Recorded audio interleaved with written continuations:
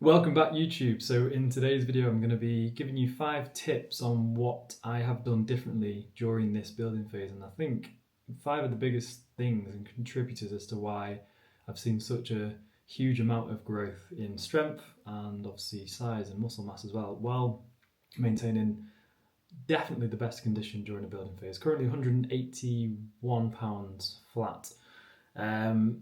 So yeah, things are moving really well. And I put together this video just to give you a bit of an insight as to 5 things that I've done differently this time around, and hopefully that you can implement if you are going through a building phase. So let's watch. Written down a list of a few things that I've changed this time round within this building phase, and probably why I'm seeing so much more progress this time round as well. So the first one is I've not pushed foods stupidly high. I think in the past I've been a very big advocate of trying to chase scale weight. More food equals more strength, whereas this is really not the case. So having a much slower approach has definitely benefited me this time because I've actually seen a lot more growth within my muscle mass.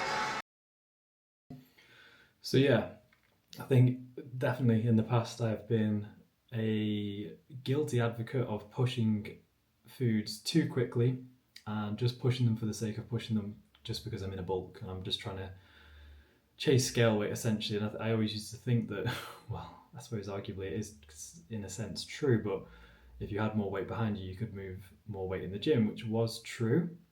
But how much of that is actually converted to new muscle tissue, and how much of that is stored as extra body fat? It's very it's very fine margin. So you need to ensure that if you are in a building phase, you just take it very slowly. I think I'm about just over 4.5 months into this build, and I've only gained 5 pounds. And for a lot of people, that would be like, what? That's nothing. But I can probably say, hand on heart, a lot of that is good quality tissue. So yeah, definitely don't push foods for the sake of pushing foods. You only need to really push foods when, training starts to plateau, recovery takes a little bit longer, and not give in to, oh, I'm feeling more hungry this week, so I'm going to give myself the green light to start to push foods. Number 2 is obviously change of gym environment. I was at another gym and it just wasn't getting me fired up like this gym is, and I think this is very much a very bodybuilder environment. It's the best machines, the best environment, even the music. For some people the music isn't everything, but for me it's quite a big aspect in regards to how well I train.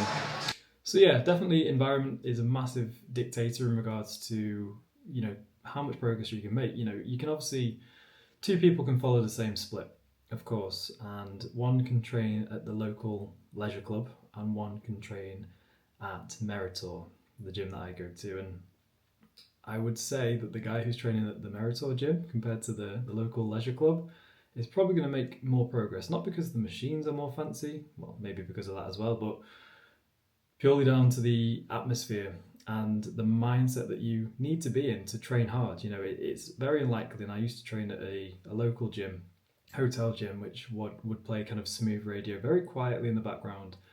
There would be, maybe a couple of older guys in there who would just stop and chat to you every now and then.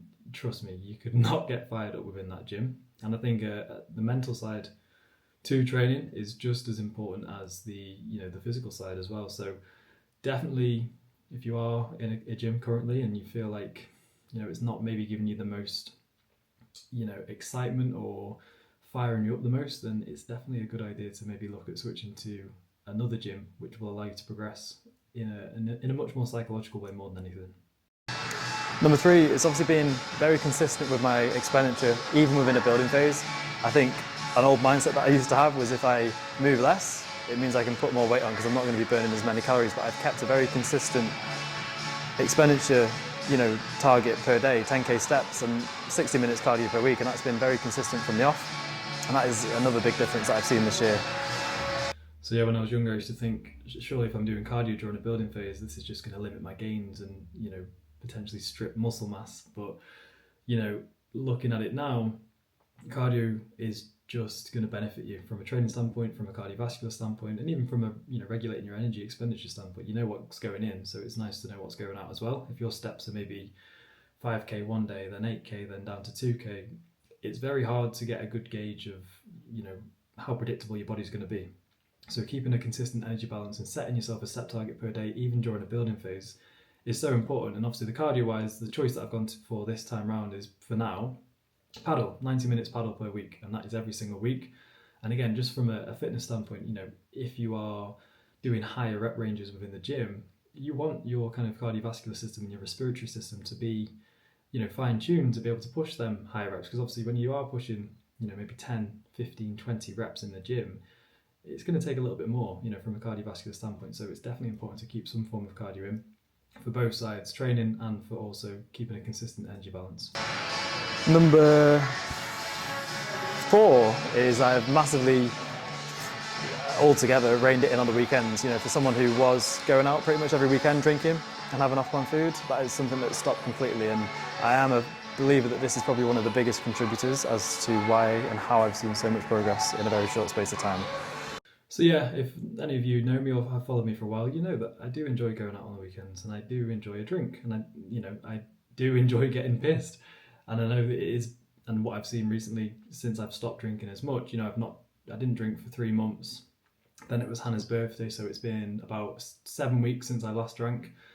And I think, drinking is good in moderation. It's nice to socialise, it's fun to kind of let loose a little bit and just kind of switch off from the world. I think that's one of the main reasons I do it, is because I am very switched on all the time with work and with myself. Mentally it's nice to kind of just have that separation from the real world almost. And I know some people do that in the wrong sense, but I think it is nice just to kind of switch off.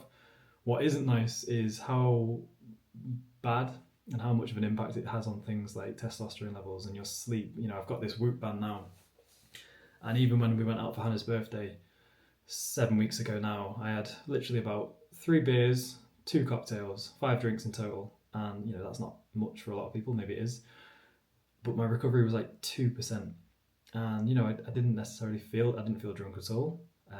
Went to bed at 11:30, woke up at normal time, and my recovery was awful. And this is because it just essentially massively hinders your sleep. It doesn't allow you to have REM sleep, which is very important for cognitive function. This is why when you wake up after having a few drinks, you do feel like you've not slept at all and you feel groggy and hungover the next day. But it wasn't only the next day, the Monday, the Tuesday, the Wednesday, I still felt slow, I still felt sluggish. And obviously that will then carry into your training sessions, that will carry into, just general kind of hormone production as well. And when you are trying to build muscle, you want testosterone levels to be in a good place, and it will massively hinder this. So I think I know for a fact that not drinking as much this time round, if at all, has been, a huge game changer. So if you are in a building phase, I would massively urge you, if you are serious about building muscle as well and changing your physique, is not to get into the, kind of routine of drinking every weekend because you're in a building. You can get away with it. You'll see huge improvements, not only physically but mentally as well, if you maybe just limit yourself to occasions. And this is why I only drank for like Hannah's birthday. We're going to Florida next week, so I'll probably have a few drinks there because it's a holiday. But whereas in the past building phases, I would probably drink every weekend because I thought, oh, it's all right. I don't need to have abs. I don't need to look conditioned, so I can get away with it. But I never really kind of deep the other kind of side effects that it would have. So not drinking has definitely been a huge game changer, or not drinking as much at least. Having off-plan meals only when necessary, so instead of just having one every week, because I can have one every week, I've had one on birthdays and events and occasions when, it's more justified. So yeah, definitely reining it in with the off-plan meals. I think when you are building or bulking, I think bulk is such a aggressive word, and this is where people get confused. I think the building and gaining phase sounds so much more sophisticated. A bulk just sounds dirty, doesn't it? Whereas this is what a big mistake I've made in the past, bulking. So I was like, yeah, I can eat what I want, I can get away with what I want, but you've got to always remember that the quality of the food that you eat will dictate the quality of the muscle that you build. Okay, and it goes without saying that you can't be shoveling in, dirty food all the time. If you want to build good quality lean muscle tissue, you need foods that are going to be congruent to that as well. So if you are, and I always say to my clients, in a building phase, you can have a little bit more flexibility with your food. So, one off-plan meal per week is typically what I prescribe my clients, because it's nice to have something to look forward to as well. And it isn't going to kind of break the bank. It's not going to be too detrimental from a progress standpoint.